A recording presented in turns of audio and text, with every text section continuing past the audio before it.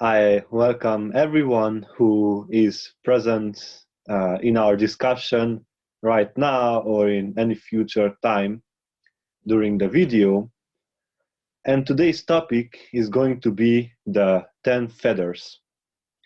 Now, for those who have never heard of the feathers before, we would like to give a bit of a background of what they really are, what are those 10, what are their aspects, dimensions, and how to abandon them, all of them individually. So, the feathers are certain barriers of the mind that put a mark on one's life, creating continuous suffering. So all the feathers are in fact the roots, the basis of all kinds of sufferings. And of course, we might say that it is ignorance due to what a being suffers, but to be more specific about that ignorance, Buddha, 2,500 years ago, presented scientifically the feathers of human existence and how to abandon them. And all these feathers are in a logical order, because we will see in the discussion that in fact none of the feathers can be interchanged to put one before and one after, because there is a very scientific understanding behind the functions of the mind and how one feather connects to another feather or with other words, how one kind of suffering depends on another kind of suffering, and to dismiss it all, one shall know the direction. What are the things to abandon?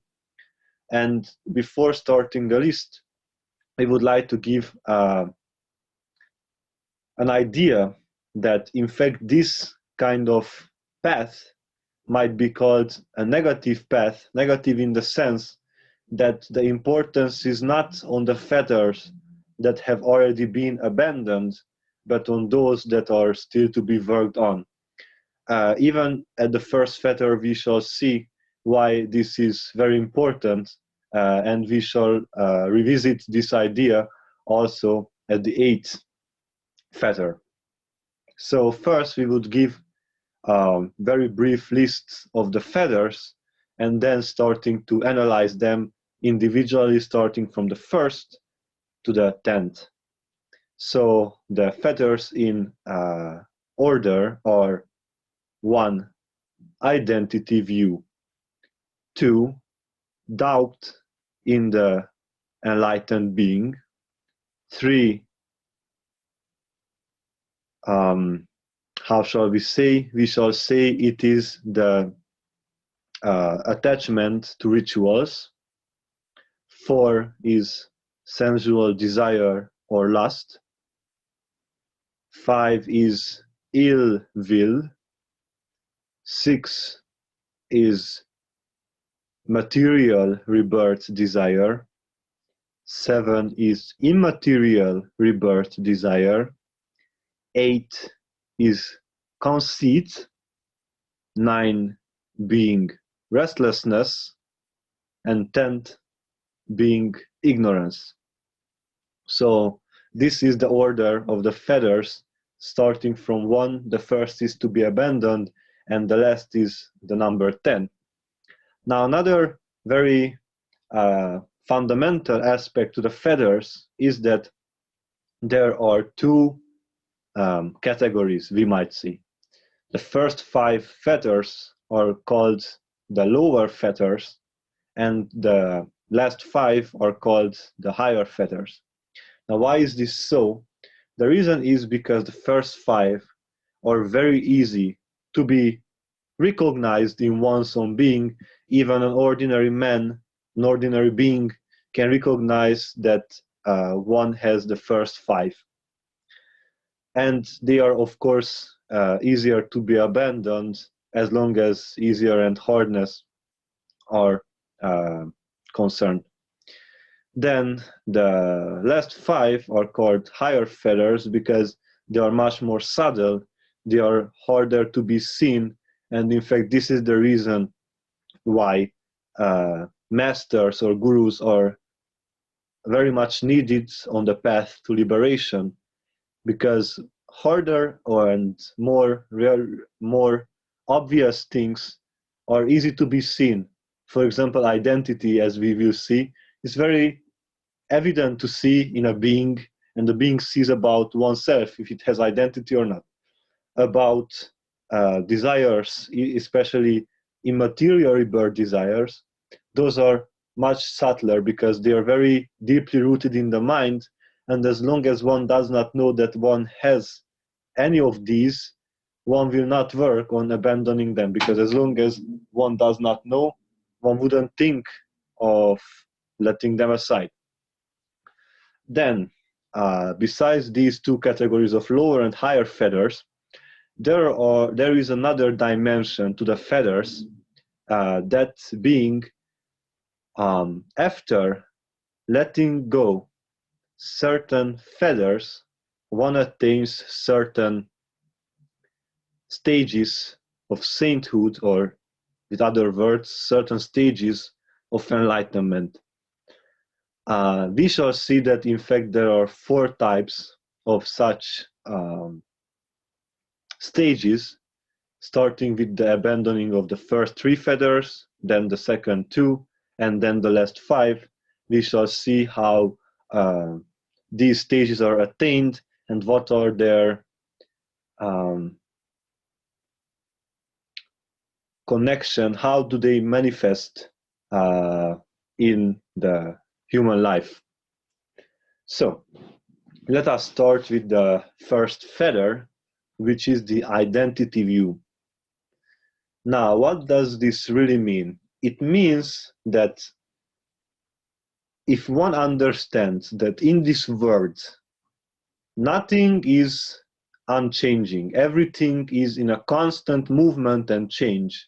If we look at the human form, or any kind of form in reality, in any of the existing planes of existences, any kind of form, any kind of emotion, thought, anything that can be considered an aggregate in existence is in always changing reality.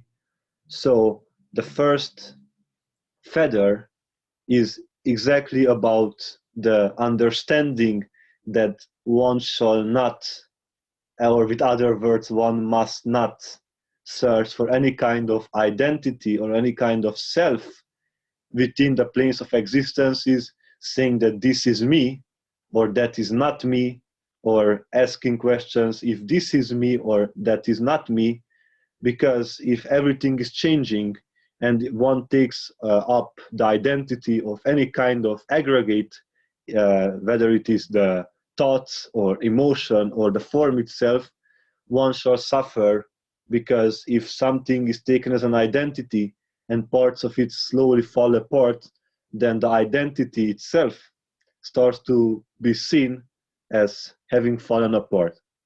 Here we might mention why actually one suffers because of the identity.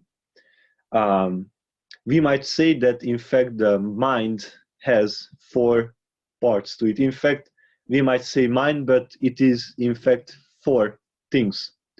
The first one is the intellect, which is exclusively the functions of the brain, to judge things, to know differences. This is the knife, that is my hand, I shall not chop my hand but the vegetables with it, for example. That is the intellect, which is the rational thinking, that is exclusively the part of the brain. Then we have the second part of the mind, which is the identity. And especially exactly because of this identity is that that it shall be abandoned, because the intellect is interconnected with this identity.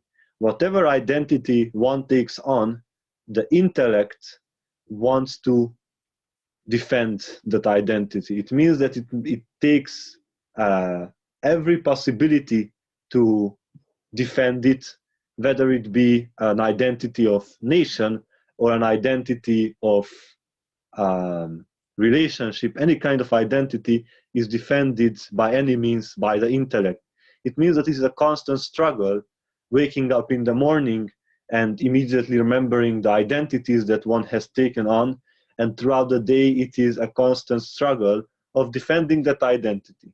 If somebody says an opinion which is in disagreement with the identity of the being, it's a constant struggle of trying to defend it, and the only defense is to become have aversion towards that other thing that actually provoked the identity.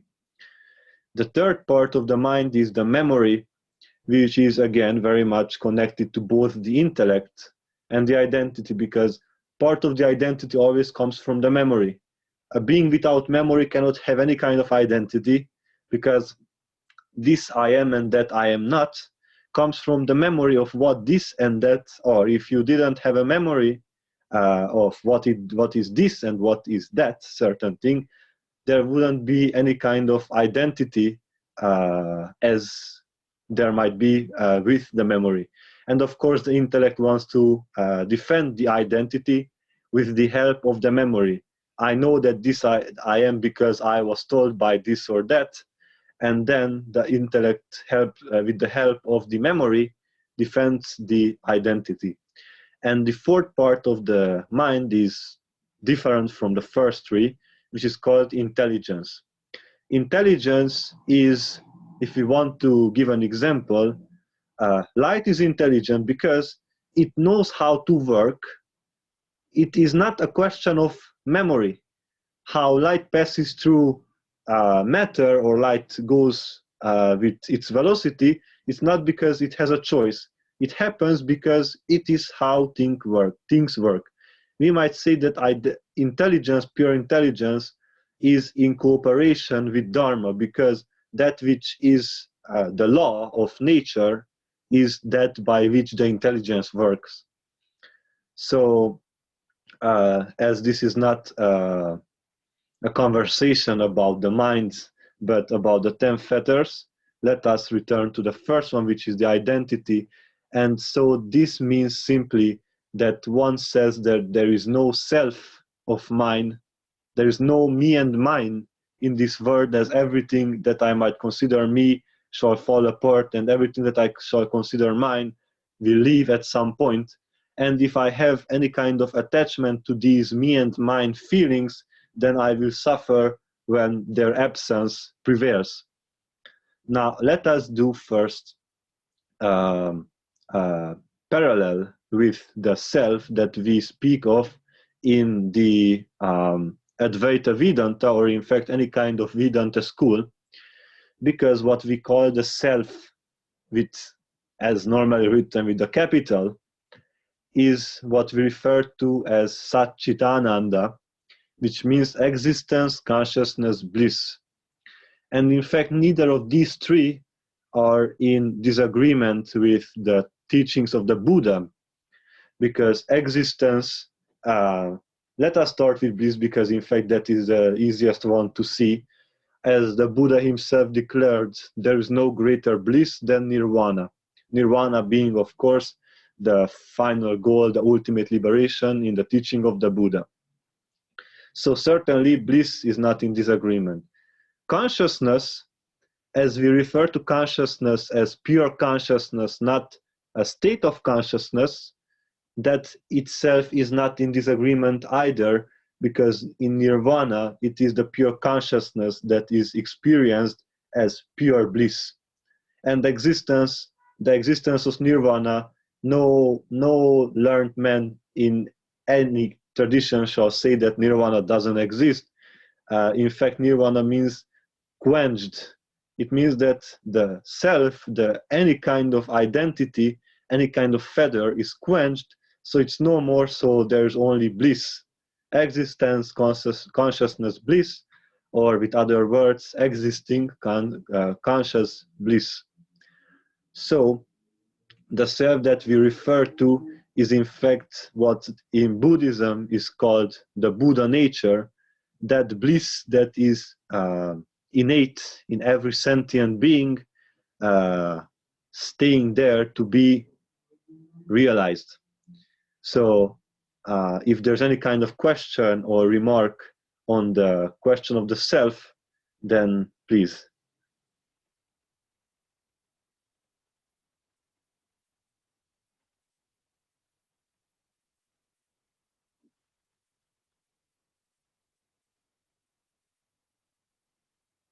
If there is no question about... Yes. Yes. So the Buddha nature, it's innate in every sentient being. However, every sentient being here on earth, it's quite dulled, their Buddhahood.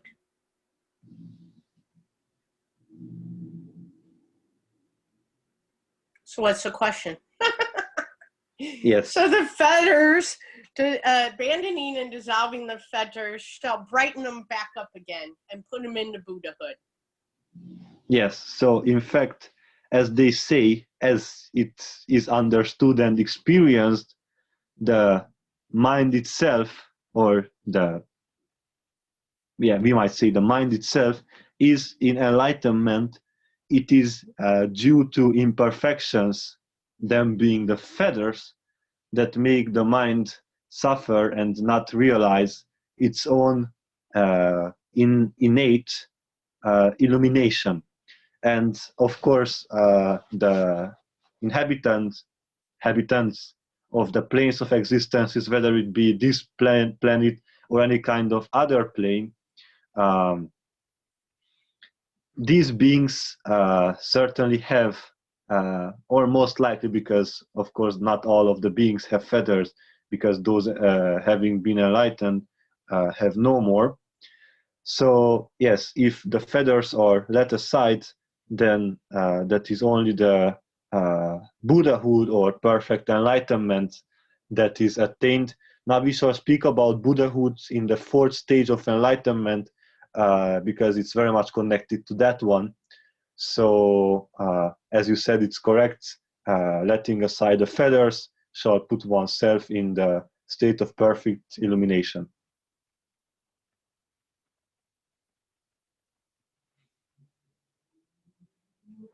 If there are no other questions or remarks on the identity view, we shall go to the second feather. So the second feather, as we have said, is the doubt in the enlightened being, or with other words, the doubt in the Buddha, in the Sangha, and in the Dharma. Now what does this mean? The Buddha means, if we take the very loose meaning of the Buddha, it means the enlightened being. The Sangha means those beings following the enlightened being. So that is we might say community, but it is not really so, because as we have no more identity, there cannot be a motamo community. It is rather the beings that follow the teachings of the enlightened being. And then the Dharma is that teaching itself, about which the enlightened beings make their testimony. So in the second feather, the being realizes that there is indeed truth, and there are beings that know this truth, as they say, even though the dharmas are almost innumerable. So it is not, advisable to try to find the number of dharmas. So we say they are rather innumerable. And at this point, the being gives up the doubt about the authority of such a being. As they say, this stage of enlightenment opens the eye of Dharma. It means that the eye of the truth is open within this being, which means that whenever there is truth expressed, it rings a bell. So it means that this being, of course, does not know all the teachings, all the dharma of the existence, because they still have 8 feathers left. But whenever truth is being spoken about, they recognize it as truth, and they understand that it is for their welfare to listen to it and try to become that truth, that dharma as well. So here the skeptical thinking and the doubts have to be let aside. Now the question might arise, shall we not be skeptical? Shall we accept everything at first sight? And the answer is of course not, but it is not about being, so the point is that one shall always very carefully look upon what is being told, and to see if it is of dharma or adharma. And if it is of dharma, then of course we accept it, because that is through which we can get enlightened, through understanding the dharmas. And if it's adharma, it shall be let aside. It's not to be accepted right away, but it is not to be renounced right away. It is to be neutral and understand that that being teachings are of what quality. And this is what is let aside, that there are no more questions when when the teaching rings a bell that this shall be so because it makes perfect sense, because there's no other way that it could be. Then we say that the doubts in the Buddha, in the Sangha, and in the Dharma are let aside, and there are no more doubts about the authority or the wisdom of the being that is in question. So if there's any kind of remark that or question about this second feather, then please. Yes, we do. We're gathering it. One sec. So doubt in enlightened being, where many of us don't have gurus, because we go, oh, so we don't have the one that we follow. We don't have the gurus. And within us, it's like, and we know that this is the right path for us. So could you explain that to us? So how that is with us when we have doubt in enlightened being? How Yes. do we follow this, or how explain that, how it applies to us who doesn't have an enlightened one that we follow, that's in physical, that could have the name of like a guru, a teacher, and things like that. Please explain that. Yes, so it does not mean that the being in question, the enlightened being, shall be named as one's guru or one's master, because in fact even the Buddha said that at some point the disciple has to detach oneself from the teacher, because the teacher is a means, it's just a tool to enlightenment, because they might be enlightened, but as long as one doesn't get enlightened, the other being can be at most a support to one's own enlightenment. So we know very well that even though you don't have a physical guru, there is an understanding that the Buddha, what he spoke about was the truth. What Krishna spoke about was the truth. What Shiva spoke about was the truth. And we might enumerate billions of avatars and enlightened beings, and it is not that we shall say we are the followers of this or that. It simply means that whenever truth is spoken about, it is self-evident, it's obvious that that is an enlightened being, or we might say that the truth is spoken about by that certain being. So it's not that we shall say that that is our master or that is not our master, to start to have some identities upon others. It is simply to know, to have the understanding, the clarity that when truth is spoken about, we recognize it as truth and we don't have doubt in it, because we ourselves see through our Dharma eye, or the eye of the truth, that that is verily so, and there are no questions, in fact, about it, if it answers the question. Yes. So with that, it's not a particular being, doubt in a being.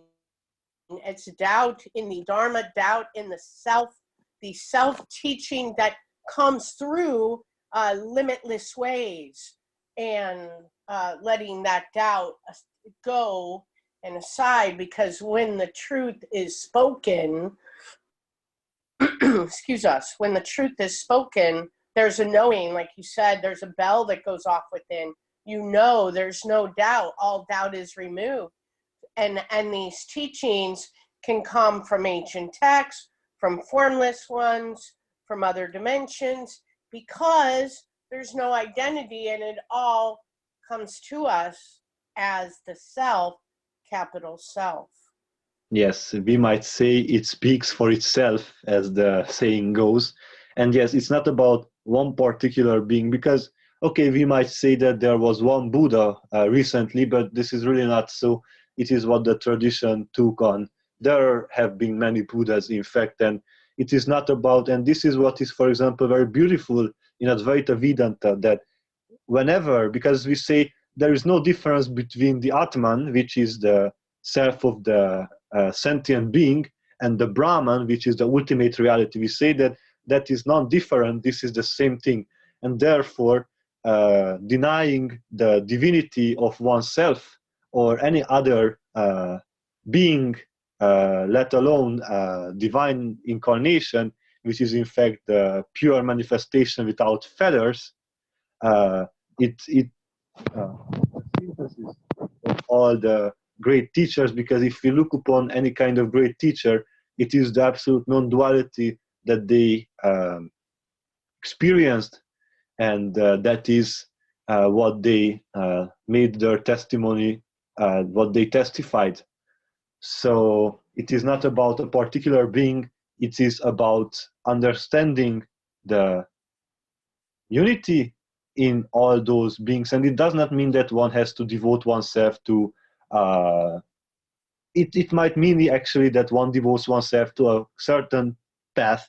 For example, the path of the Buddha. Certain beings, many beings devote themselves to the path of the Buddha for their own enlightenment, and they come back lifetime by lifetime walking the same path, because that path has a certain energy to it, a certain aura to it, which always brings them back to continue what they finished. So it is a path of patience, and it's not the quickest one, but if it works, it works. We cannot say that it doesn't work, but it does not mean that they wouldn't accept the Dharma spoken by Krishna or Ram, because their Dharma eye is open, and it is not about accepting one kind of path and denying any other path. It is accepting one path as one's path to liberation, and accepting also that there are other paths as well, which in fact claim the same truth, but in another kind of manifestation. So this is what it means. One might take to have a physical guru, one might let the self speak for itself and have a non-physical guru, if we would like to use the terms guru. So yes, it's not about a particular being, it is about the Dharma that is expressed by so many ways.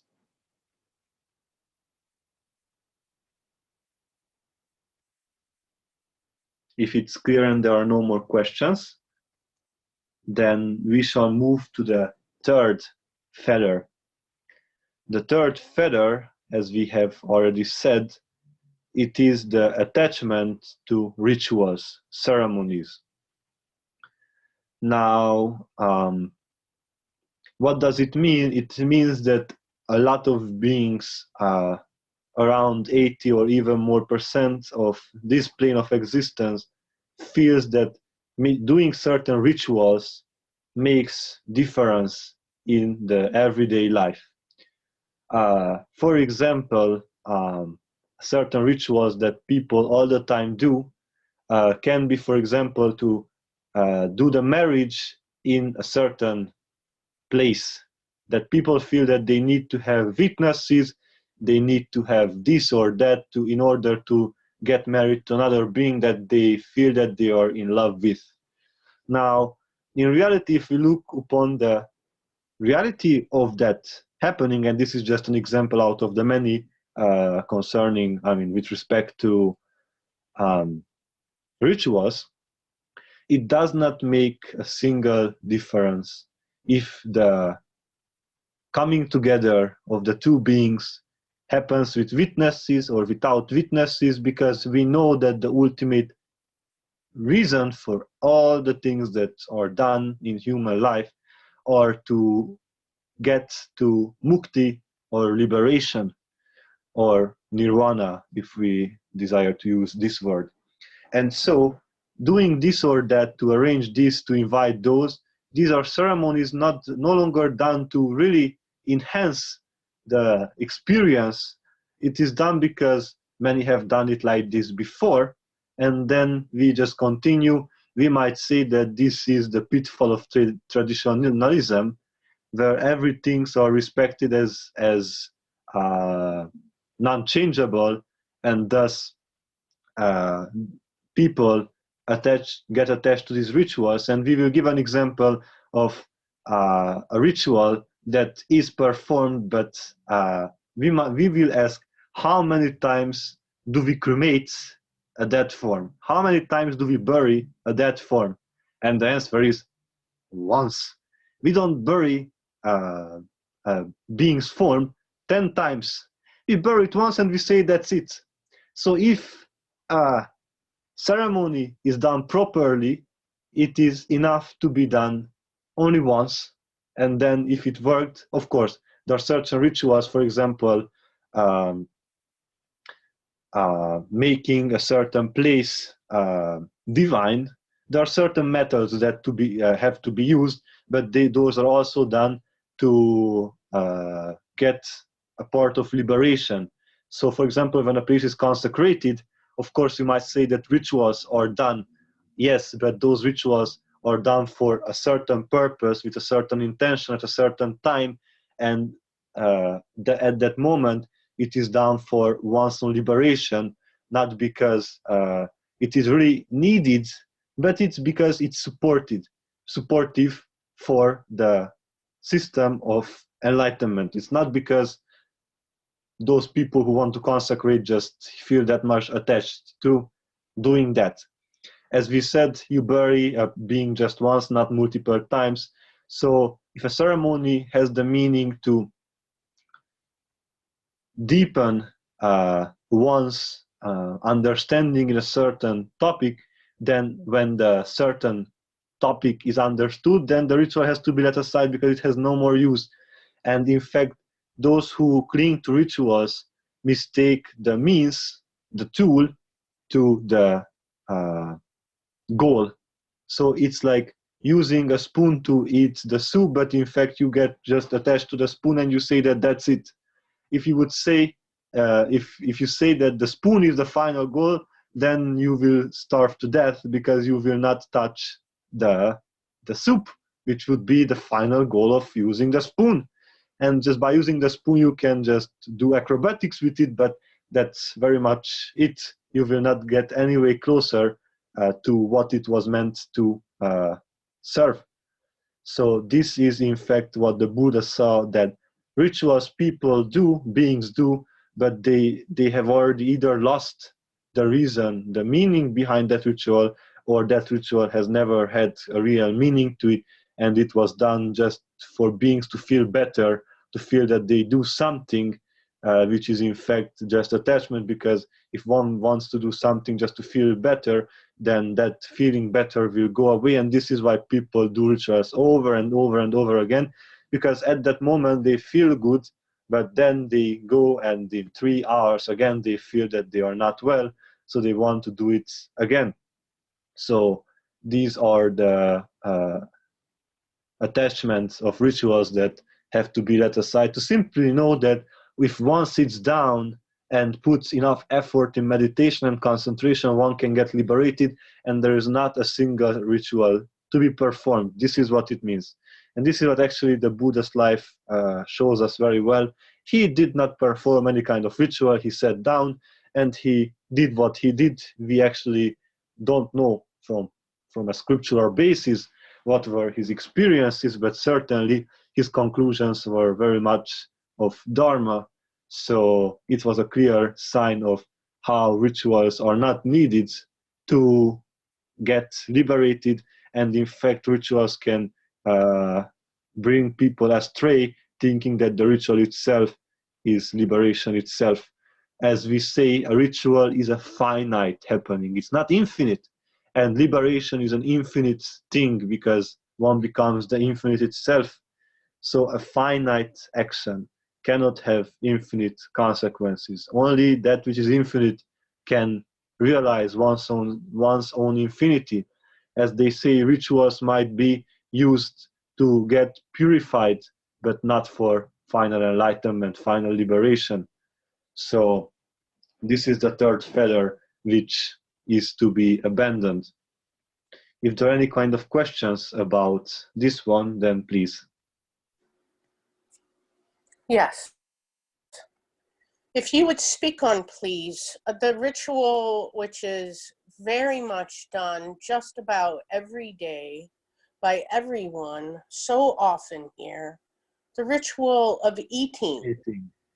Eating food, going out to eat, celebration. It is very much a tie here. Please speak on that. Thank you. Yes, thank you very much for bringing this up. So in most of the places in the world, there are 3 meals during the day, which one of them is the dinner, then you have, one of them is the breakfast, then you have the lunch, and then you have the dinner. And this is what people always do. Let's have lunch from 8 to 10, then breakfast from 8 to 10, then lunch from 3 to 4, and then dinner somewhere in the evening. And whenever, if you try to tell people, how about you eat only twice, they feel already hurt that you want to take away something that is theirs, which namely is the ritual of eating. And people feel that they have to be so grateful for the food and everything, but they don't realize that that food is only for surviving, only for making this body working this world. It has no other great usage. That's it. And in fact, it is a great bond, and we will see that that is connected and imposed, in fact, together with the fourth feather, which we are going to speak about in a few moments. Yes, so it is in fact also being ritualistic about food and what kind of food you eat, and all these things are just rituals that were put there by sensual desire, in fact. And because we would like to glorify our desires, we then say that this is sacred and this is to be done like this, because we don't know why, but it is because everybody does it like this. And this ritual, in fact, connects us to the next feather. And in fact, this feather, the rituals, if one understands that, for example, speaking about food as an exact example, is to be understood that the form does not need that much food as it is given. And in fact, the reason why people eat that much is because they eat the wrong kind of food, and therefore the prana, the life energy that that kind of food gives them, is not enough for even digesting that food. So therefore, it is an eternal cycle of eating for having enough energy, but because that kind of food does not give enough energy, then we need other food to simply digest. So for example, meat that has a lot of fat is a certain food that gives energy to the body, but not to the prana system, because it needs a lot of prana to digest it, and then it gives a certain kind of prana back, but it might not be even equal to that which was taken to digest it. So this is why people eat and eat and eat continuously, because it's never enough. If there is a certain kind of energy taken from certain foods, so vegetables simply, or fruits, then it's even enough to eat twice a day and half of the amount than before, and the being will be just well. Of course, now we speak about those who don't do serious work, but even if one does serious physical work, then it still can be managed to eat that kind of food, and it can be even 3 times. But it does not need to be ritual. To understand that this is only for survival and nothing else, the rituals just go away, because we understand that it does not matter when to eat and what to eat. It matters when to eat and what to eat, but what we mean is that it does not mean to be ritual what we eat and when we eat it. It needs to be from the understanding that this body needs to be sustained. And if we eat with this intention, not by being so ritualistic and being attached to 3 times and this food, then of course the ritual also goes away, because we understand that there is nothing that changes the overall picture just because we 3 times or whatever it is about from sensual desire that people eat that much, not out of understanding of the human system, if it answered the question. It sure did. And we just wanted to add that foods high in potassium are very beneficial to our electrical system. And we also wanted to mention that food being a ritual, there are so many rituals on planet Earth. So just begin to disconnect from them. So it is not a tradition. It is not the form going or what's here going, oh, we have to eat 3 meals a day. And we found it totally hilarious that you kept dropping out breakfast. Several times you did that because, why? You don't eat breakfast anymore. So it's like you trying to grab the word because it's completely out of you. So breakfast didn't even exist anymore. So those listening, you can do away with all of this to where it's not even a word near you anymore because you have dissolved it so much. What is the benefit of doing that? No suffering, non-attached to anything and everything, including breakfast, and including the self is so gracious that even the memory and belief of breakfast is completely removed from you, so there's no suffering also. Thank you. Yes. So it is just simply to understand that those are not like mountains, that these 3 meals are 3 mountains and you cannot decide not to have them. You can just decide, and we might actually have a talk about what kind of food is good and how many times a day. But to give a very simple example here is to have some kind of breakfast during 10-11, and then another kind of dinner during 5-6, and then you have 2 meals which overlap with the day, and then you can be well, if of course the problem is rituals and sensual desires. And simply breaking the rituals by letting aside certain kinds of things, like for example if we speak about food, just letting aside foods, and certain times, and when they come back, we shall speak about what happens when they come back as a craving at the next feather. Now we want to add this because we said that there are 4 stages of enlightenment. If one lets aside the first 3, namely identity, doubt in the Buddha or enlightened being, and the attachment to rituals, we call that being a sotapanna, or with English words, stream enterer, one who enters the stream to where? To perfection, to nirvana. And we say that this being has at most, it means that it can be even less, at most 7 lifetimes as human or above. And in these 7 lifetimes, at most, this being lets aside all the remaining feathers and becomes liberated. So what does it mean at most 7, and why human or above?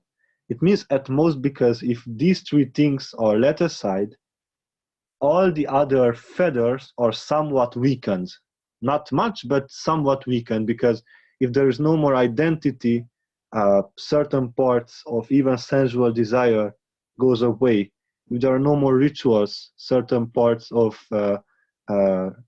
other desires, which we shall see in the future, I mean, at certain feathers, are gone. So these 3 feathers being let aside creates a certain energy in the being that pushes them, that there is no more turning back. For an ordinary being which has all the feathers, there are choices of doing it or not doing it. In fact, there isn't a choice there either, because that is ignorance, but we might say that they have a choice of not doing it.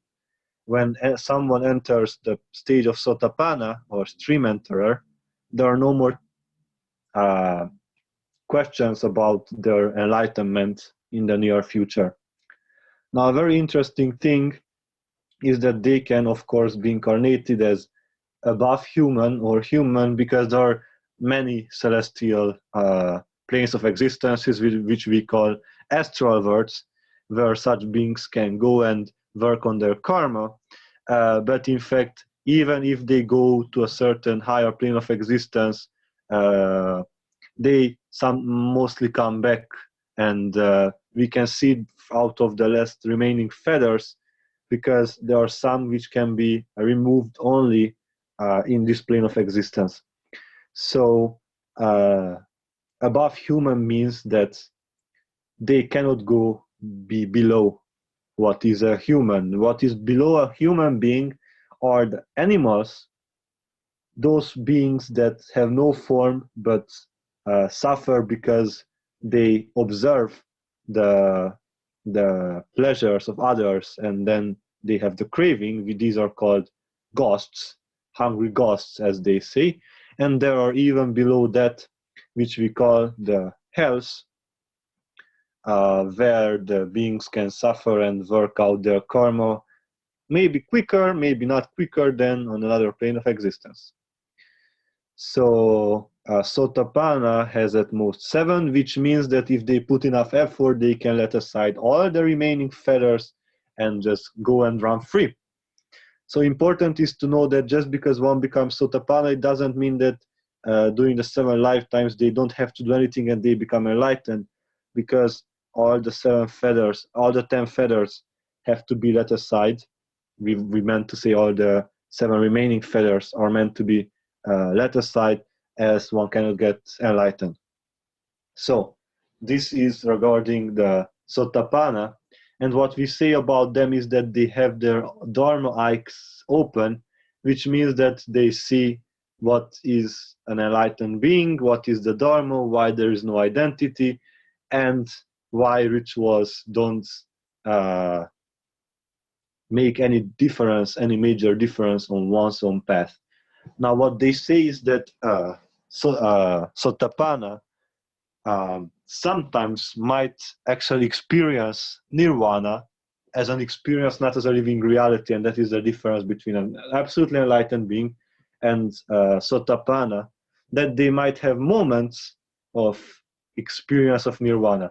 In fact, we term this as savikalpa samadhi, which means that they experienced the bliss as the absolute felicity, but they return from there because they still have karma and or fetters yet to be abandoned.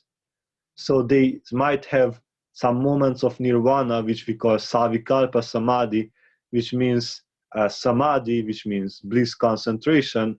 In fact, it means concentration with thought patterns, which means that it is nirvana with difference. It means that one cannot dissolve in nirvana absolutely. One still has feathers to yet to be abandoned. So if there are no questions about this first stage of enlightenment, we shall move to the fourth feather.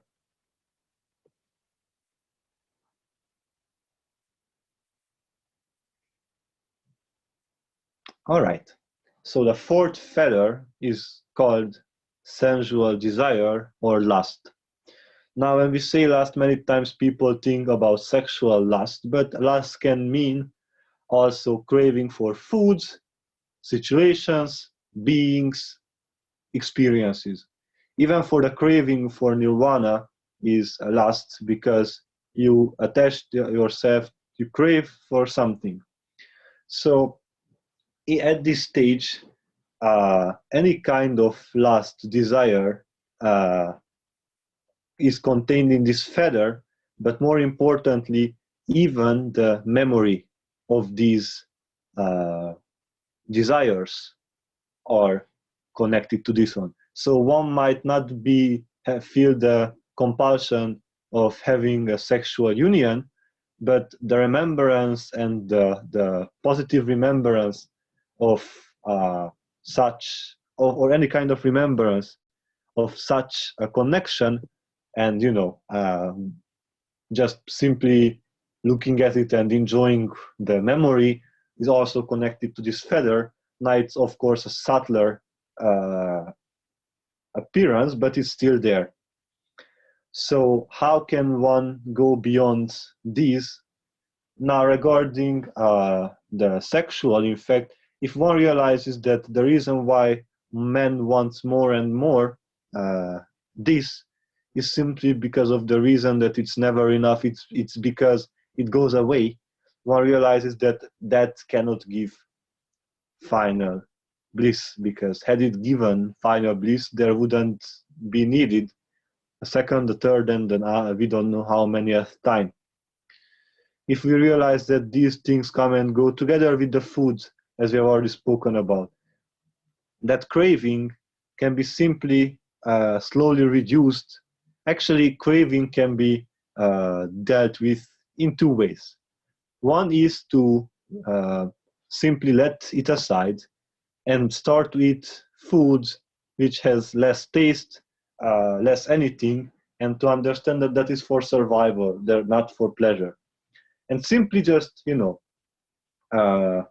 minimizing the pleasure that one gets from food. So we might say it's renunciation, but the important thing at renunciation is that to not have the craving mentally.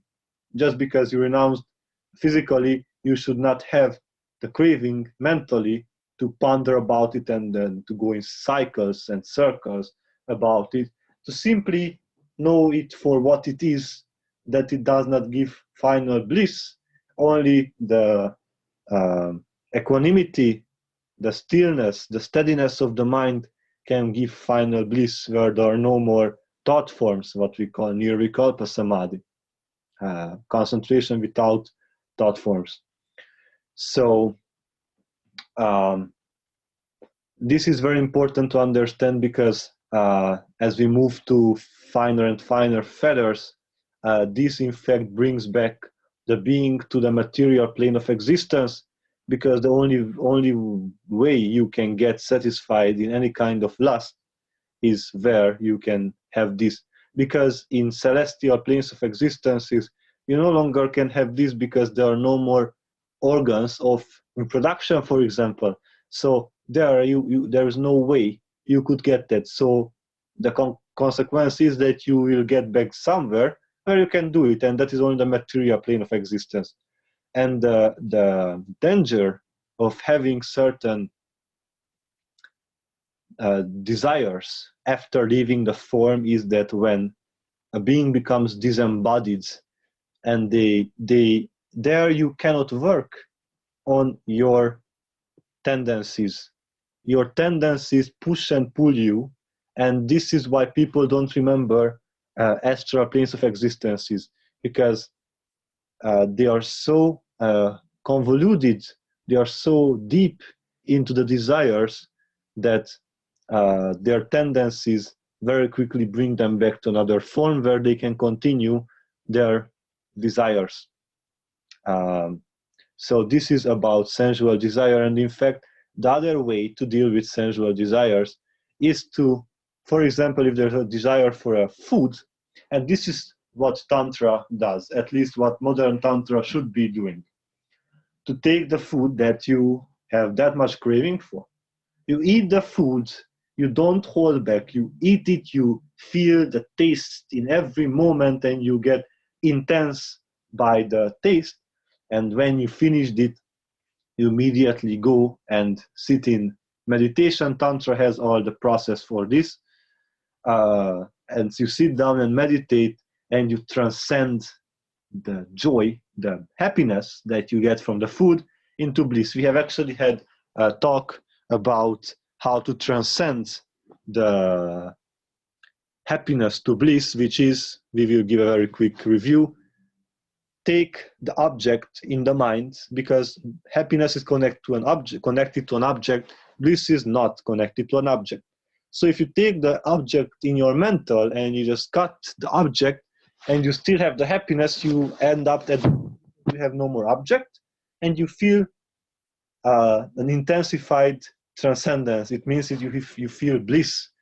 And this is how a part of Tantra works, to not renounce it right away, but enjoy it that much that you have transcended it, and there's no more craving, because you replace the object in the mind with the bliss itself, which is no more an object. So the potential of the object cannot arise, because you replaced an object with a non-object, that being bliss. And if you really succeeded to transcend it, then in the non-object realm, you cannot have an object, because it would be immediately dissolved. As you can no longer have an object, no object will come up as a potential object of craving. So this is how sensual desires are to be dealt with. If you understand the danger of it, certainly, and the suffering out of it, then certainly one, for one's own sake, shall not continue to fuel these desires. If there is any kind of question about sensual desires, then please.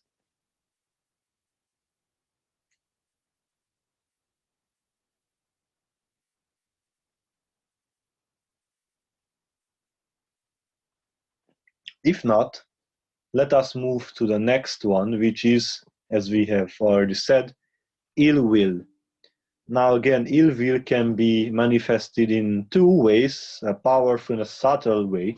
Now, obviously, the powerful way of ill will is hatred, connected to any kind of hatred. So hatred has no, you cannot reason why you are hateful. It is unacceptable, any kind of hate it is.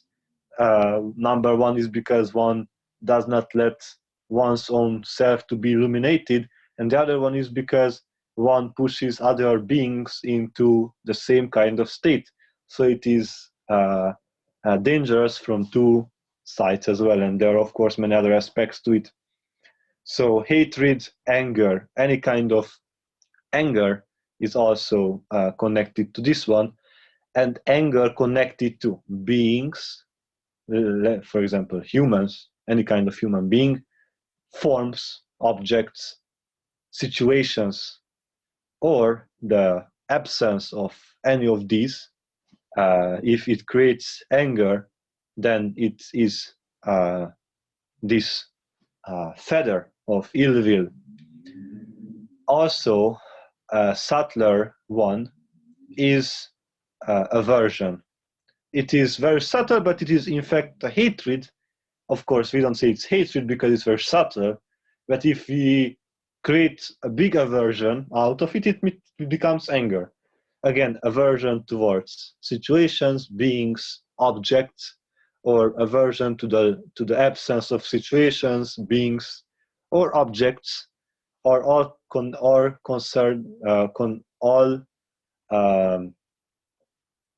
named as aversion and as ill will. So how one can go beyond this ill will is simply the understanding that these things are like the waves of the ocean. You might be angry at the wave of the ocean, but the next moment you look at it, it's gone. You cannot do it anymore because you have no choice. I mean, what kind of choice do you have when it's disappeared? So when one reminds oneself that there are no selves, in fact, and there is no substance, no substrate in anything in this world or in the next, unless one attains liberation, of course, that there are no eternal things, that everything is changing, then one understands that being hateful or angry regarding anything is just sheer ignorance, because any of those things at that moment exist, but in the next moment they disappear, because as we say, time is in fact a succession of moments. One moment dies and the next moment is reborn out of the dusts of the previous moment. So it's never the same moment. As the Buddha said, no two beings are always the same.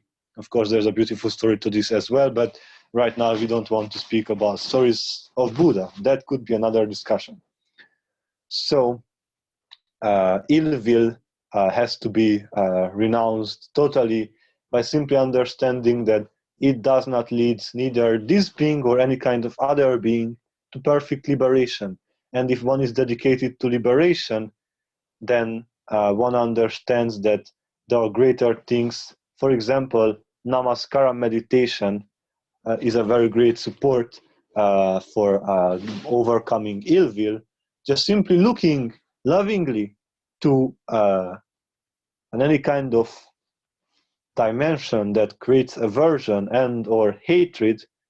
If we look lovingly, we immediately conquer, because that's we overcome that ill will, because we replace it with something that is in fact the innate states of the mind, which is bliss, and out of bliss comes the love. So this is how ill will shall be overcome, and their aspects. Now, if one being has overcome the first three feathers and has weakened strong enough the sensual desire and ill will, we call that being sakadagami, or a once returner. It means that they come back at most once as a human being, and then they become enlightened, or they become the next stage of enlightenment, and then we shall see what happens then. So they say that the once returner in fact is in between state between the stream enterer and that which comes next, which is the non-returner or anagami. So this, what is the reason behind coming back once more as a human? When these feathers are weakened strong enough, it in fact means that a sotapanna reached the point when they can get to the next stage of enlightenment, which is the non-returner, after letting aside all the two feathers, the fourth and the fifth. And because the reason why they have to be humans is because when these two feathers are weakened, whenever temptation is weakened, it appears to be 100-fold stronger than it was before. Because when a temptation is, struggled against, it becomes immediately enormously big within the mind. And such enormous feelings or impressions can be set aside only in the human plane of existence, as long as we speak about the 5 inferior feathers, of course. So the once returner comes back once as a human, letting aside those 2, and if they let aside also the last 5, then they become enlightened here. Or if they let aside only these 2 and don't get to the point when they let aside the other 5, they become that which we shall speak about now, that which we have spoken about, the non-returner, which becomes reborn in a heavenly abode, which can be understood as either an astral world or a lower causal world, and there they shall attain the 4th stage of enlightenment. So these were the 5 inferior feathers. The 4th and the 5th, just to recap, the first 3, when they are abandoned, the being becomes Sotapanna, or a stream enterer, with at most 5 stages, 7 lifetimes in human or higher realms. When the 4th and the 5th are weakened, they become once returners, having at most one lifetime as a human being. Then, if the 2 feathers, the 4th and the 5th, are let aside 100%, then they become non-returners. It means that they no longer come back as human beings. So, if there's any question about these lower feathers, then please, you may ask.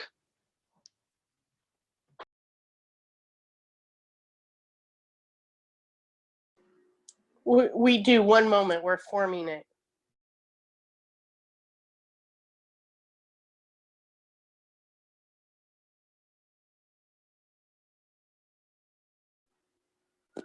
Could you just speak on for a moment or so ill will regarding injustices to humanity and injustices done on planet Earth, such as human trafficking, letting out a biological weapon, war, so on and so forth? Thank you.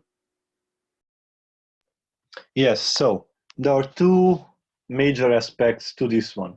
The first one is that if we have any kind of aversion towards these things, number 1, it does not help the situation itself, and 2, it does not help the being itself, because it remains a feather. No matter how strong or how weak, it remains a feather. So in this respect, it does not help anyone. This is a reaction which comes out of, in a way, human nature, because we wouldn't like to see those suffer who are, we might say, and then we get to the second point, are not meant to be there.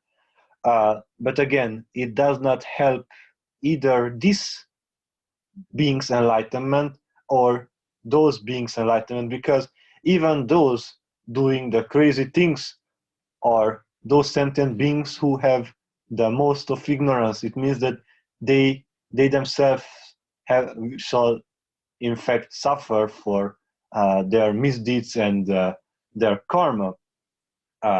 So if we become angry or any kind of form of ill will prevail in us, it means that we somehow slow down the process, because if we looked up upon that with the clearest understanding of what is happening, then we would no longer have aversion, we would have compassion to both those who were the victims, we might say, and those who created the victims.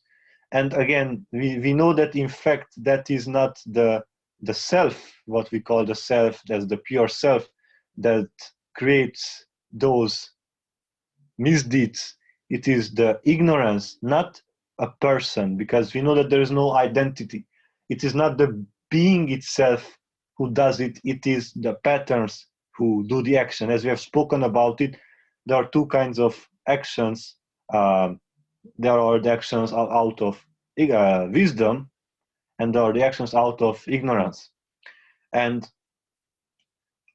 when both we know that neither of them offer any kind of free choice.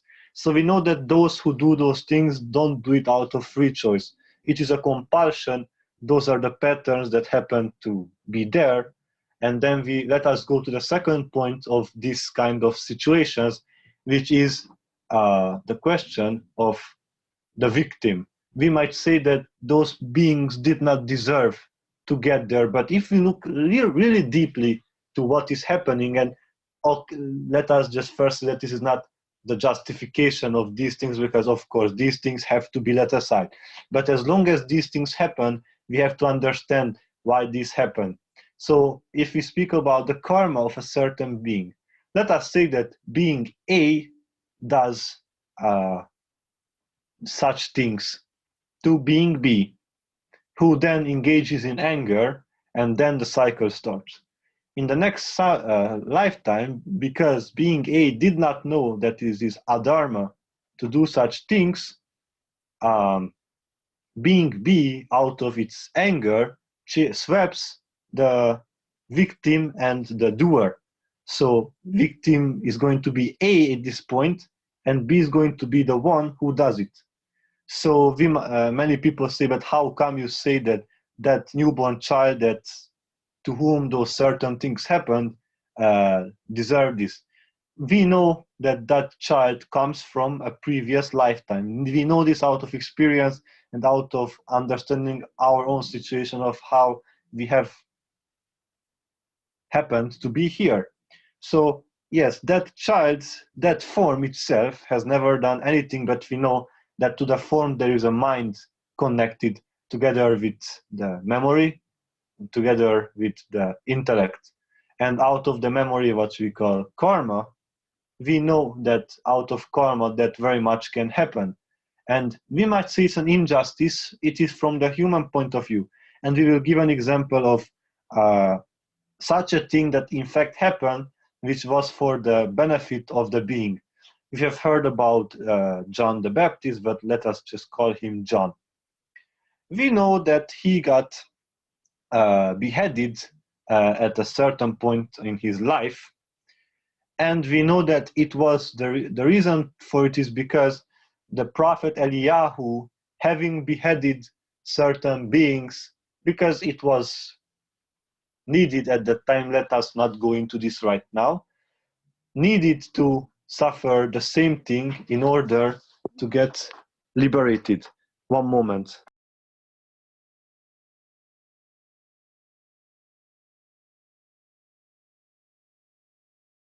So, sorry for the interruption. We had to just drink a bit of water. So, he had to be beheaded because of what happened in the previous lifetime. And we might say, oh, poor John, he did not do anything bad and still he was beheaded. How come? And then we understand that it was for the being to get finally liberated. And in that lifetime, Eliyahu, the prophet, Elijah, with English words, got liberated because the only thing that held him back was that action in the previous lifetime. So we might say it was unjust, but for them was the greatest blessing, because that was the moment when they could leave the cycle of karma, the samsara. So at this point we might ask the question, was it really an injustice that happened like that? We will say no. Of course, we also say that there are greater ways to get to enlightenment than through the karmic processes, but as long as there are beings who cannot go beyond their karma just now, it does not mean that they will not do it when they get tired of it, but just now it does not happen. we understand it from the action and reaction point of view, and we say it was done so that it might have been their last karma that they had to suffer as a child, for example, and then they are free to go, never to return to this plane of existence, because we don't know if that was the only thing that they held them back. If it was, very well, and if they are a child, the greater thing in it, we might say, of course, it is not great in its absolute sense, is that as a child, they don't suffer as much as an adult would. So it is in fact for the sake of enlightenment that all these things happen. It is the being that does not understand in that situation that this is for their own wellness.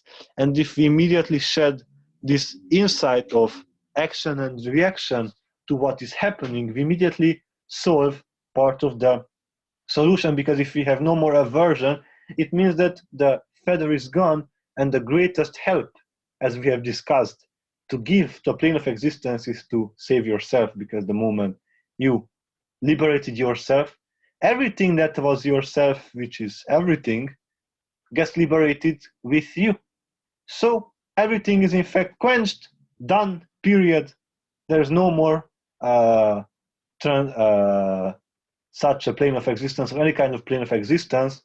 When we shall give another example of this doer and victim and everything, when the Kurukshetra war happens in the lifetime of Krishna, there was a man who was put, in fact, his head was put on the hill of the top of the hill near the war where it took place to witness it all.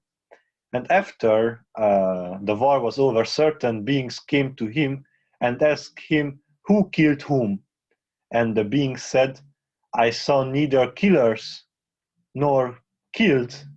I saw that the divine, that which took all the forms, did all of this. So the point was that there was no doer, there was no killer, nor anyone killed. It was all the OneSelf, the same being who did all those things with respect to itself. This was what the testimony of that certain witness was after the war. And I would like all of us to in fact see all the happenings of this planet as the divine doing these things to itself, and really doesn't do it for itself because it's beyond everything. Rather to say that all the doer and the done to be seen as just manifestations of the divine, and not getting lost in the very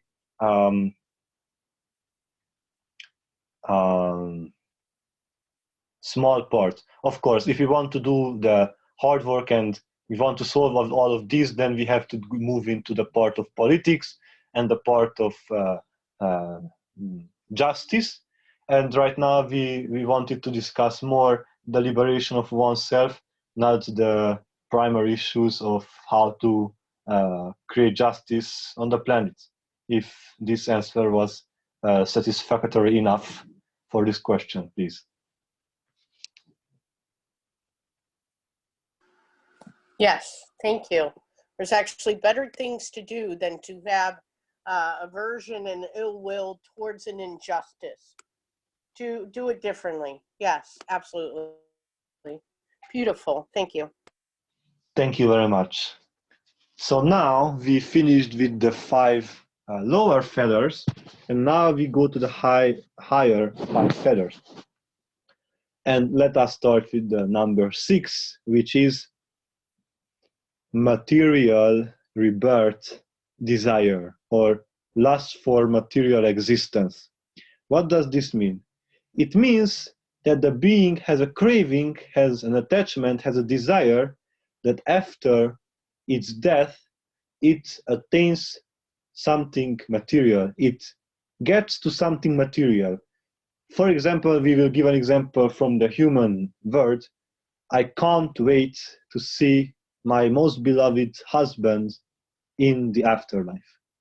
That is rather sad and poor, because you shall never see that loved anyone as you saw them in this plane of existence. Number one, because of the identity, and because in the mind everything is changing and everything in this world is changing. So the only thing that you might get is the self if you get there, but then you no longer have the desire to see any kind of material form. So any kind of desire to attain or get to anything material, whether it be a friend, a relation, an object, a vision, which is material, are connected to the desire to have a material rebirth, to be reborn in something that is such a plane of existence as this, where these forms that are discussing this are right now. And this is, of course, a feather, because as long as such desires appear in the mind, they will become tendencies, latent or prevailing, but any kind of tendency brings and pulls the being to a certain plane of existence. So, in fact, simply to see something material, because we might say, what kind of desire can there be when the first 5 feathers are abandoned? Even if you are joyful in this world, you might like to see it again. There need not be any kind of sensual desire or identity that brings you back. It might be to say, this world is so beautiful, I would love to be here again. And that is then a material rebirth desire. There need not be any kind of connection that brings you back. It might just be that you enjoy being here. And then you will come back here because that was your choice. Not a real choice because you have no choices there, but that was the tendency that was created. And this is as simple as it is. This is very rather hard compared to the first 5 to be seen, because here you have to look deeply into the mind towards these cravings. And if actually one wants to see what are the cravings, one has to analyze deeply the thoughts, the overall thoughts that one has during the day, because thoughts that come back and back again and again during the day are those tendencies and unresolved aspects of the life that are there and are going to push and pull you after leaving the form. And if one really sees what are these material desires after having let aside the first 5, then one just says, there is not much for me here. I have seen greater things than this, especially after experiencing nirvana in the lower stages, or with other words, savikal, samadhi. One will feel that the greater union in nirvana is much more worth than just trying to enjoy this plane of existence, which is not really real. If there's any kind of question about material rebirth desire, then please come forth.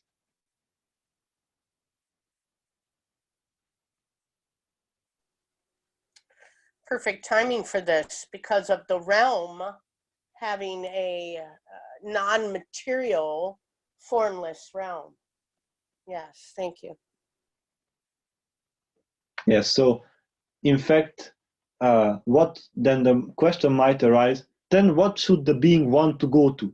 The answer is that the being shall not want to go anywhere, because it's either the tendencies that bring them here and there, and then this is not a choice, or if they are perfectly illuminated, they anyway attain to nirvana, to the perfection. And what we refer to the realm, in fact, by the Buddha, was referred to as the blessed city. This is how some Buddhist traditions refer to what we call the divine realm of infinite words, the blessed city of nirvana, where, I mean, this is called a blessed city because all those beings who have ever experienced it somewhat, or, well, the correct word is not there, but have attained to that. And as the realm is also rather like an unborn reality, uncreated reality, it exists as self dependent, as independent of anything else, it is very much well to say that it is the blessed city. So yes. Going next is the number 7, which is immaterial rebirth desire. If the being lets aside the material rebirth desire, they no longer cling to forms, to objects. The pitfall here is to say, I want to be happy after leaving the form. And that might be even more dangerous, because that is even less likely to be seen, because as the whole human life is craving for something greater than human life, one might be mistaken that happiness is that final point, when in fact bliss is the final point. Because there are states, there are worlds, planes of existences that are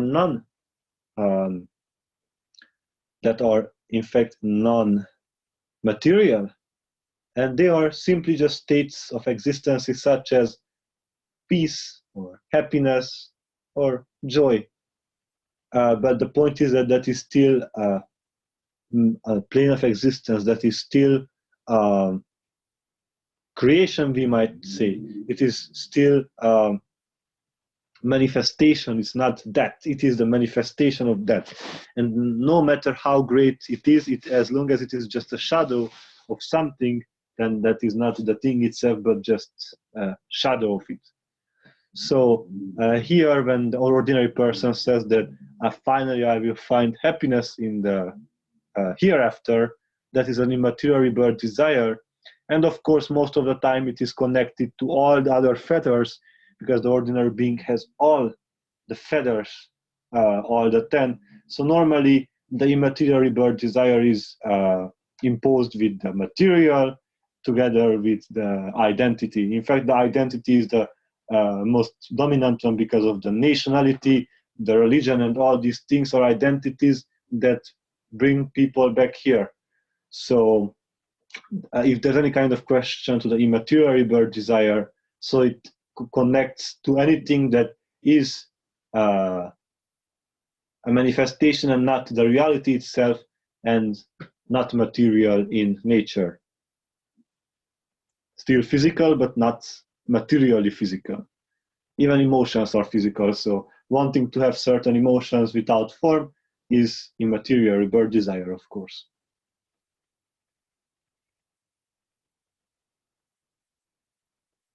If there is anything to be added or to be questioned, then please.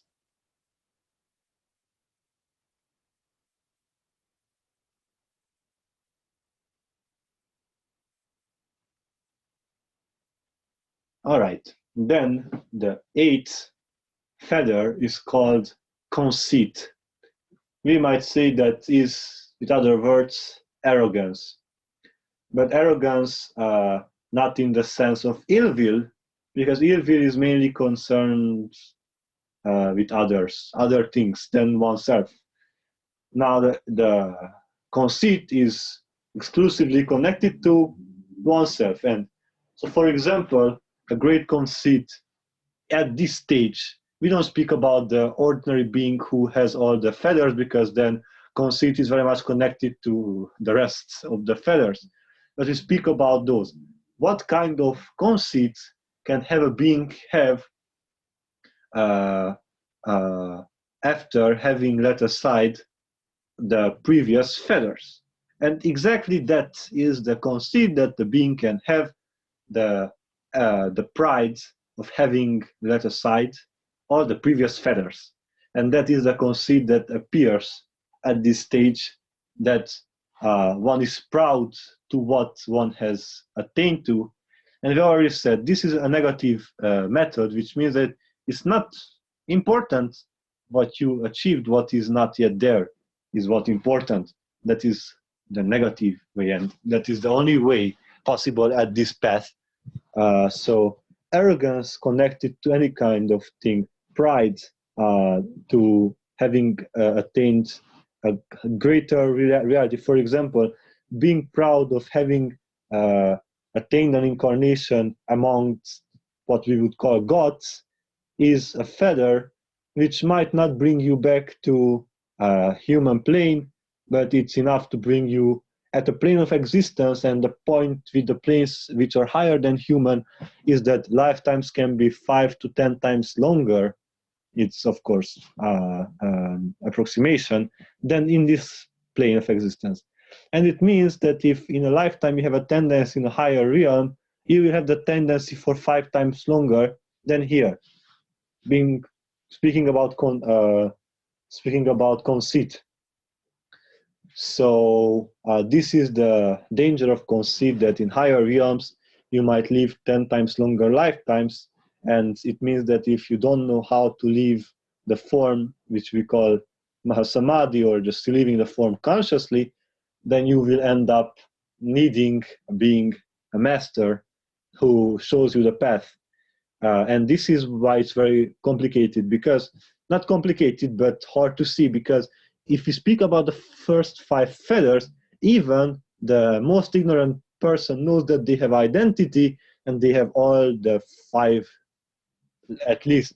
The next ones are very subtle in their manifestation, and therefore it's very needed to have a being that supports the realization of such hindrances, such feathers. So that would be conceit, which is arrogance. But we don't use the word arrogance because it's mainly connected to the identity. Here it's mainly connected to one's own self and the achievement of one's own self beyond the identity. So this is why it's very subtle. It's very, one has to be very careful when analyzing these things and to see where this conceit is. Or whenever superiority or inferiority appear, that being is superior to me. That is in fact a conceit, because number one is not so, and then it means that you impose something that is not there. That is a conceit, because there's an arrogance of that is greater than me. Then there is the other one, when something is inferior, or in better words, the being feels something to be inferior. That is obviously conceit, because one feels that one is greater than something else. And of course, conceit and identity, it is another way of how identity comes back. The difference between the identity back then at the very first feather was that that was the feeling of the self, of the I in this word. Here it is connected no longer to any kind of I feeling, but the memories of the being of attainment of certain things. That is the conceit that we speak about. If there are any kind of questions about this.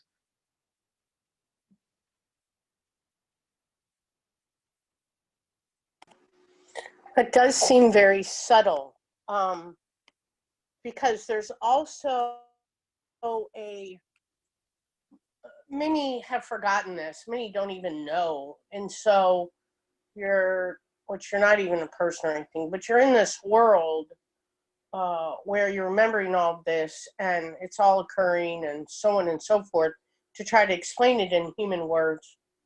And we remember when Shiva spoke to us this one specific time and said, I am you and you are me. And we went, oh. And Shiva said, yes, self-worth. But it's a capital self-worth. So there's a balance and a fine line between us having that oomph within to be all that you are, where very few around us really are, and that doesn't really matter, but it does occur.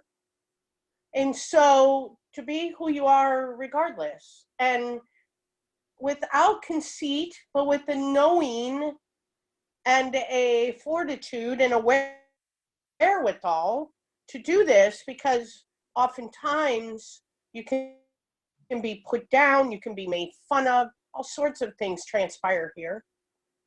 And then again, you can say, well, that's the divine playing with you, or the divine playing as the divine. So there's there can be a very fine line between conceit and self-worth. Yes, maybe speak about this a bit, because it's indeed important. We love that. Thank you. Yes, so if we look at the Gita, that is the best example. Krishna says, I am that out of whom all the creation happened, and I am the one to whom it all shall come back at the end of creation. Now we might say, what conceit?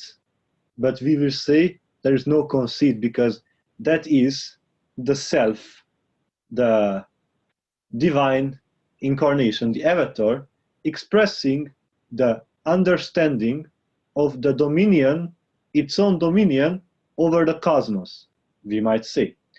But the whole point, the whole difference between the expression of the Krishna consciousness, as we have seen, and there are many other examples, of course, and that of conceit, is that in conceit there is the feeling, so better said, in a Krishna consciousness, one knows that the Krishna's consciousness is innate in all beings, and that is what Krishna says as the ultimate possibility. In truth, let us just try to quote Krishna, who said, in truth I promise to thee that thou shalt attain me. So it is, in fact, he knows that what he the he knows that he is the self of all beings. He is the Buddha nature. He is that which is to be attained, and because his identity was switched to that of the self itself, it is no more conceit, because he does not say I'm superior. He says I am everything. Nothing is equal to me. And of course, this saying, which is said by Krishna, that you are the gods of gods, this is not what he says. This is what the point. There is nobody equal to you. This is not out of conceit. We have to understand this in the right context. What this means is that to the self, there's nothing second to the self. As we say, the self is one without a second. And this is what it means, that there is nothing equal to him. There's no other existence equal to him, but it itself is that which is equal to itself. And this is why Arjuna says to Krishna, nobody is equal to you. It's not because he was superior. It was because he was the self which has no counterpart. It has no other form. It is the self itself, and if one attains the self, then one becomes that. There's no inferiority, superiority. When one is omnipresent, there cannot be inferiority and superiority. And in fact, at this point, the being lets aside the feeling of this form and that form, and instead works on one's own omnipresence to realize that this consciousness that I am, not the state of consciousness, but the consciousness itself that I am, is everywhere. My consciousness is the consciousness of all beings. And then, of course, nobody can be inferior to me, because it would mean that I'm inferior to myself, which would mean that I'm self-destruction, and it means that I don't exist in reality. So this is the point from which we have to understand the conceit, which is in fact connected to the form. Because if one feels formless, then there cannot be any conceit. If there is any kind of form, any kind of body, that there is a slight feeling that one is that body, not the identity but the impression, then there can be conceit. No other way can there be conceit, if we were clear about it. Very Om. All right. If there is no other question about it, then we shall move to the 9th of the 10 fetters, which is restlessness. Now, again, one might ask, what kind of restlessness can there be in a being that has attained this? especially exactly this can be there. For example, the Buddha, before attaining enlightenment, he knew everything. There wasn't anything that he didn't know, but he knew that he wasn't enlightened yet.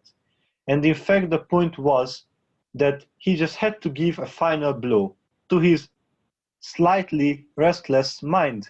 That even if there is a small motion in the mind, a very tiny one, we might call it restless. Of course, a very powerful manifestation of restlessness is when people feel that they have to do something, I must do it. And of course, this is superimposed with all the other feathers in the ordinary being. 1 second, we shall drink a bit of water. Yes. So, subtle restlessness is, for example, we shall give a story, a very brief one. There was a yogi who had a begging bowl. He couldn't give up his begging bowl. He could have become realized in that lifetime just giving up the begging bowl. But because he had this restlessness, this continuous agitation of the mind around the bowl, he couldn't do it. So this is the subtle restlessness that we speak about. That thing that I still feel that I have to do something when in fact I could just sit down and just go and be free from even from myself, but I cannot because I'm agitated all around the place. This is the restlessness that we speak about that can be present.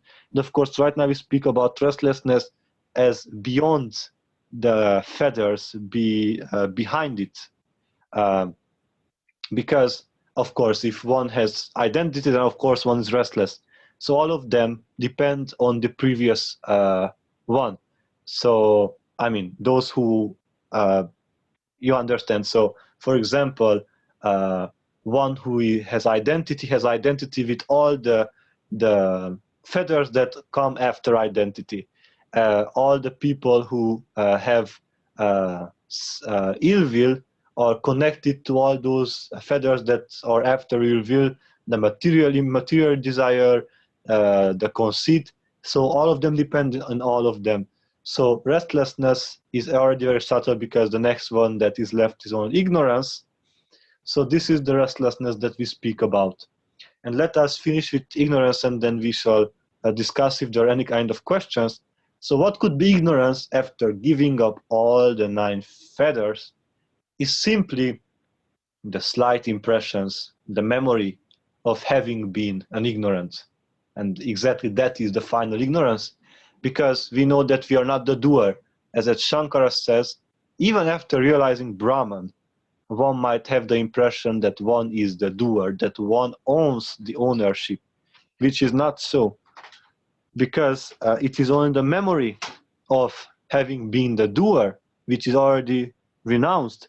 So thinking that one is the doer, in the impression of it, or having the memory of, I remember that I took incarnations, becomes the last ignorance, because in fact the being could just let aside even the memory of previous incarnations and say that I am the ever perfect one without a second, and then just being that which is referred to as the self, period.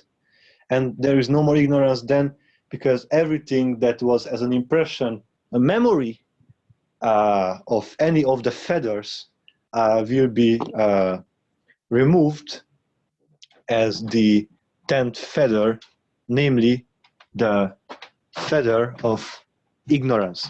So if there is a being who removes all the last 5 feathers, we name that being an arahant, which means a perfectly illuminated being.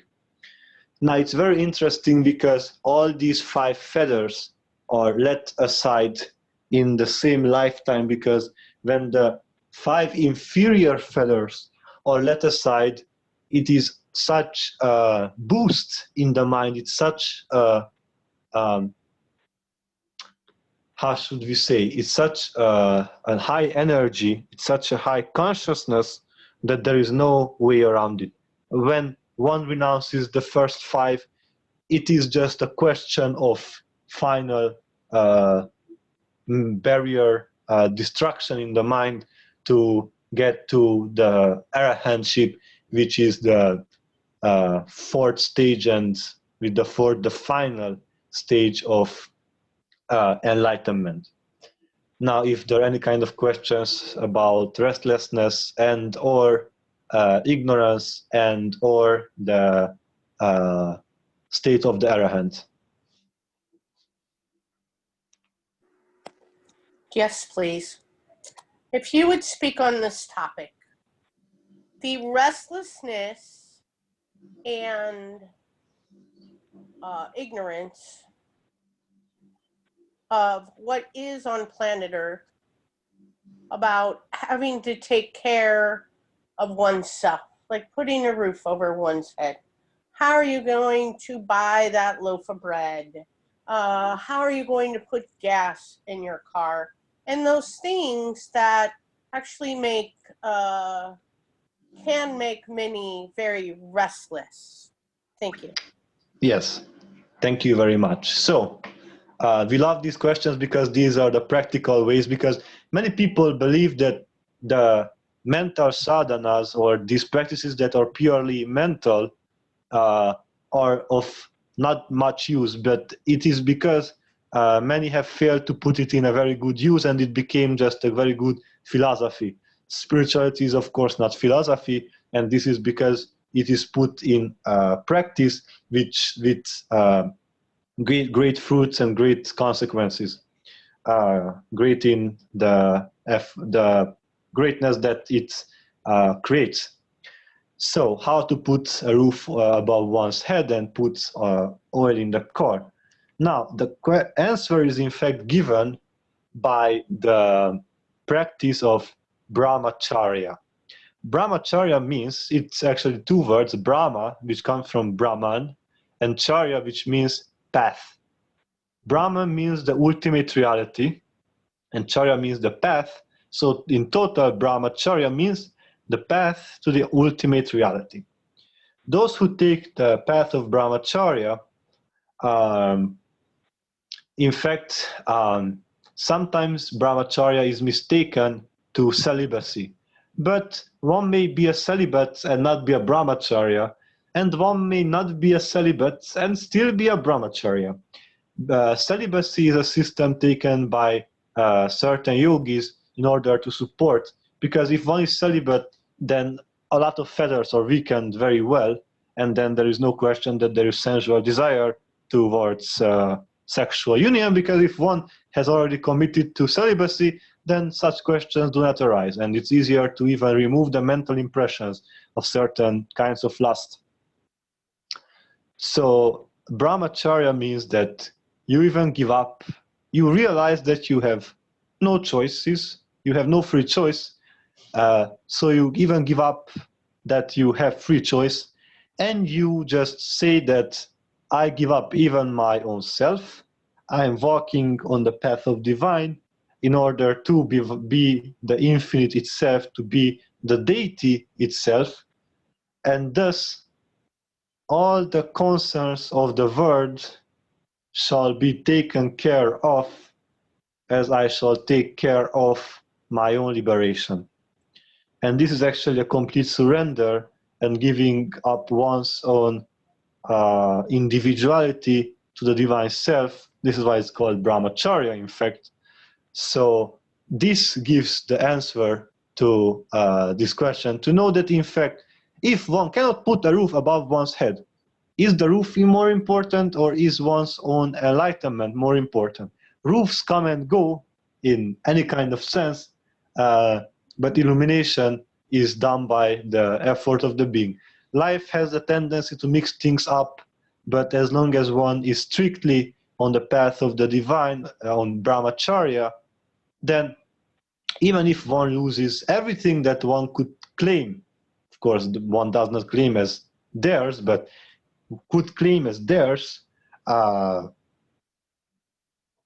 doesn't matter, because illumination is the final goal. And if one already got to the point when restlessness and ignorance are the final ones, even if one loses everything, it doesn't matter because it is the final goal, the illumination, that is the infinite.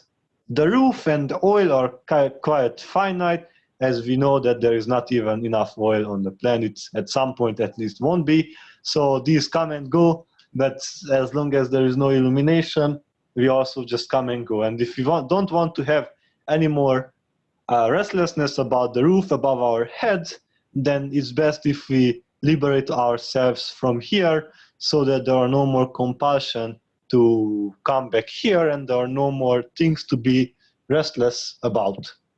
The same goes with ignorance, that all the memory of having done this or not having had that, or any kind of combination of these, is also is going to be dealt with by simply knowing that those, if they go, then that is only nirvana. And after having experienced certain samadhis and nirvana too throughout the life, one knows that that is the greatest thing. And at that point, when even the final ignorance is removed, one might as well just leave the form, and certainly form in which there is no more being there certainly has no more concerns about the roof or the oil or the piece of bread.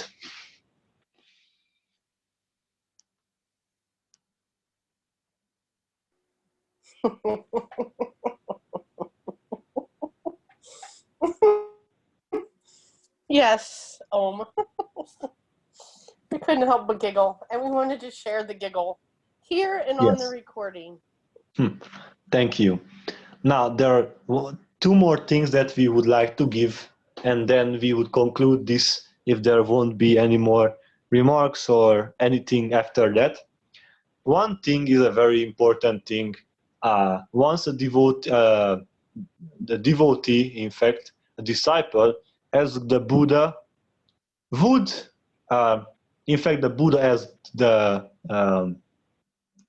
devotee who, as from him, can Sotapanna call themselves a Sotapanna. With other words, would a stream enterer tell about themselves that they are a stream enterer? And this applies to all the four stages, in fact. And the answer is no. A stream enterer, a once returner, a non-returner, and an arahant would never claim to be an arahant or all of these, because these words, namely stream enterer, once returner, non-returner, and arahant, are not reality. It's not that you will find it anywhere else but this planet. So there is no need to identify with stages of enlightenment when it anyway doesn't matter. You want to annihilate, in a way, yourself, to be free even of yourself. There's certainly saying that you're an arahant should mean that you're certainly not one, because it means that you have either identity view or conceit, instead of just simply let things go and being free of even any kinds of stage of enlightenment. Then the question might arise, then how does an enlightened being testify that they are enlightened? And in fact, the testification does not come from words, but out of the conduct of their lives. How they conduct their lives, how they behave with other beings, how they support other beings, what are the means, the tools by which they can help other beings. By analyzing this, by observing these things, one may see if a being is here or there or anywhere. In fact, they say that you in fact cannot say if a being is enlightened or not. You can listen to them because you need their help. They say that in fact any kind of stage can say about a being if they are on their stage or on an inferior stage. So we say that an arahant can say if one has become a sotapanna, once return or non-return, or an arahant itself. So having let fetters aside can show the being if another being has let those fetters abandoned too. As we might say that they're enlightened or not enlightened, but in fact it doesn't really matter if they're enlightened or not. Once on enlightenment is once on business, the being who is not yet enlightened and finds a one who is more enlightened than the being itself might just use up that help in order to get closer to one's liberation, because that is the final goal. One's liberation is the goal, not to mind other beings' enlightenment or non-enlightenment. As long as it helps, it's great. If it doesn't help anymore, then you just move on. That's rather simple. And another thing we want to share about this is the ordinary man, as the Buddha said. An ordinary man is that who has not taken the effort to enter the stream. So it means that none of the feathers are worked on, let alone let aside. So if you look at the ordinary being, they starting from the identity, which is a big one, going towards restlessness and ignorance, they get superimposed one another. So what is identity will become in fact also the restlessness, and what is the ritual will become the identity, and the desire together with the ill will. So when all these things superimpose, it's rather impossible to do any kind of effort by oneself. And this is why they say that an enlightened being or a more enlightened being is needed, because else one does not know the direction. So why are these 10 fetters important? Is because no matter on what path one is, these are the fetters that shall be let aside, no matter where one is. If these fetters are there, it doesn't matter, because it means that the being is still bound to its own existence. So this is why it's important to always have a sense, the direction. This is where we are going.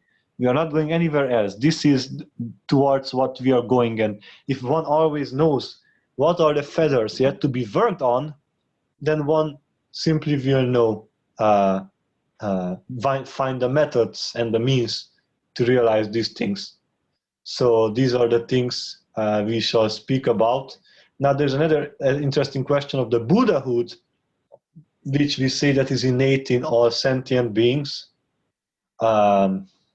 Then why is the Arahant the highest stage and not the Buddhahood? And we shall answer it with the following thing. After the departure of an Arahant and that of the Buddha, there is no difference, because both of them attain that which we call Mahaparinirvana. So both of them attain that. It is in fact the path that led them there. Why? An arahant might become an arahant in the lifetime when they become a sotapanna. The moment when they become a sotapanna, if they put enough effort in that life, they might become an arahant if they let aside all the fetters. So an arahant might not be destined to become an arahant. In the contrary, a Buddha is born to become a Buddha. Therefore, Buddhahood, to become in a very strict sense, a Buddha, it means that one is born to be enlightened. And that is the difference between an arahant and the Buddha. And in fact, these two ideas of the arahant and that of the Buddha are claimed by the Theravada Buddhism, which is going for the Arahant, and the Tibetan and in fact the Mahayana schools, including the Zen Buddhism, Tibetan Buddhism, and the such, hold the ideal of the Buddhahood, which can be attained, as the scriptures describe, by becoming a bodhisattva. And this would be another discussion of the bodhisattva that we shall have another time, which means that one takes multiple incarnations and not letting oneself enlightened for the sake of all other sentient beings' enlightenment. This is what in a very nutshell of the nutshell means the bodhisattva, and they say that at some point a bodhisattva becomes the Buddha, and this is how they become the Buddha, that they create so much energy, so much compassion in the lives, the previous lives, that at some point it bursts out as a Buddhahood. And this is the difference, we might say, between Buddhahood and Arahanthood, but one must not get distracted by such terms as Arahant and Buddha, and just work on giving up the feathers and not think about, oh, will I become a Buddha or an Arahant, because this is either identity or conceit, and there is no need to think in these terms. When the final goal is liberation, then one shall work for liberation, not for terms that refer to liberation. Thank you very much. If there are any questions, then please ask, and then we shall conclude the conversation.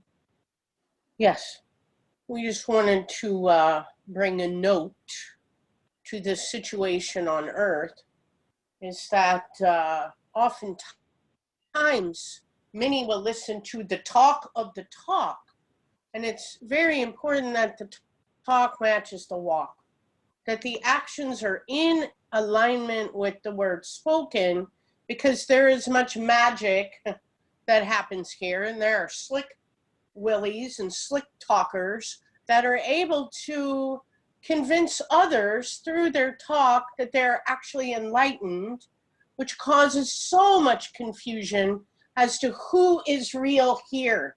Like, who is real? And oftentimes their heads will spin, and they believe it because of the talk.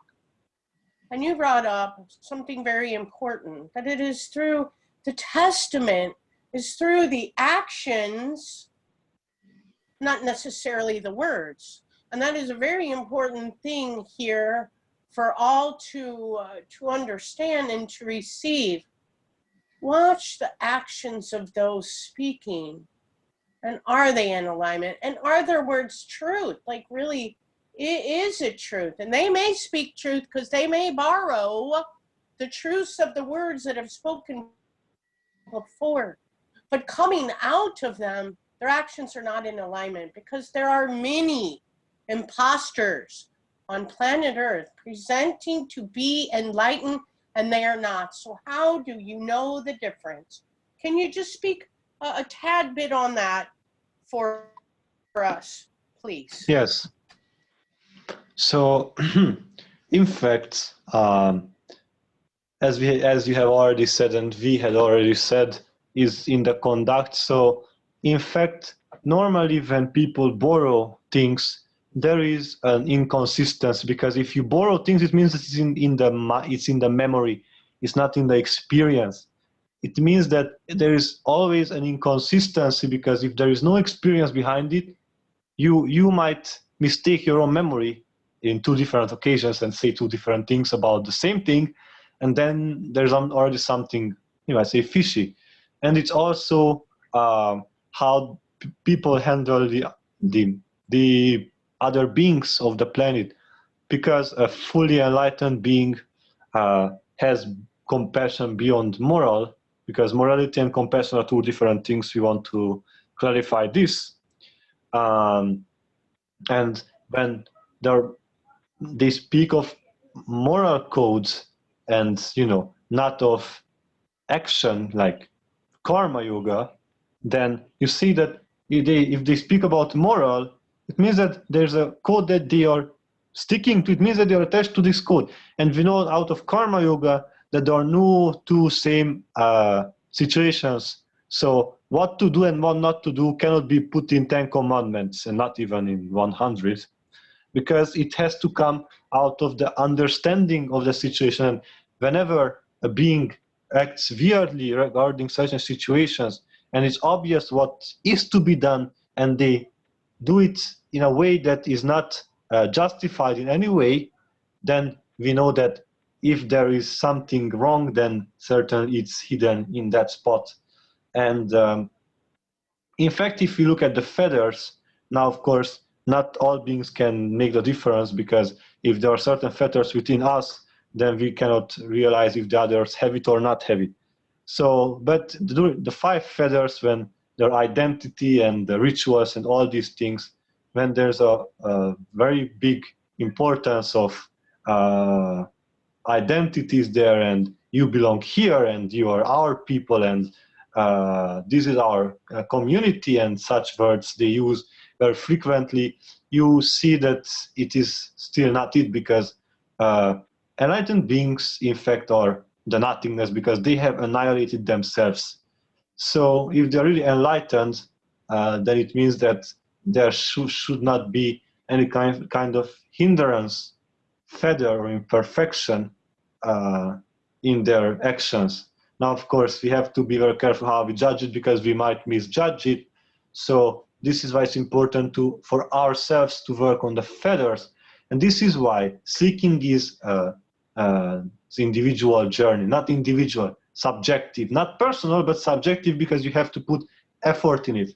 So this is why it's important to work on the feathers, because if one works on the feathers, clearly that one can clearly see the difference between one who has really gone beyond feathers and one who tries to appear having gone beyond the feathers. Thank you.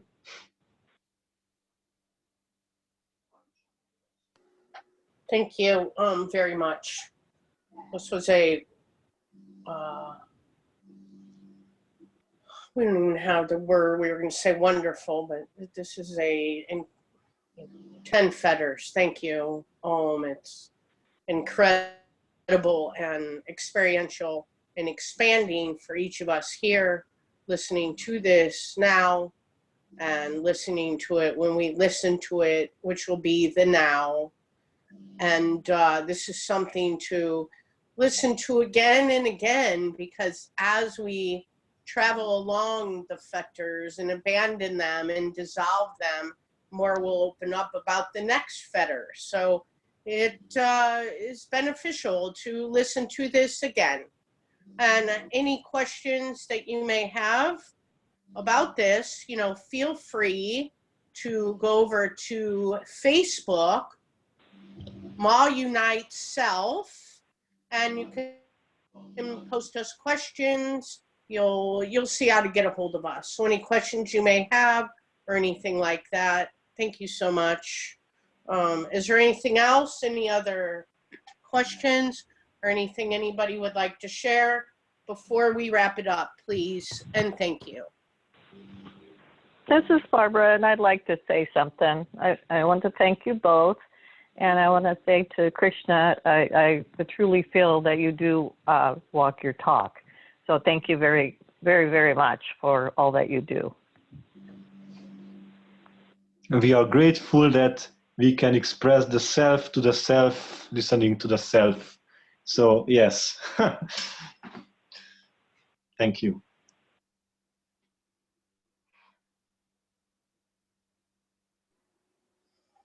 We shall go ahead and stop the recording, okay? Yes.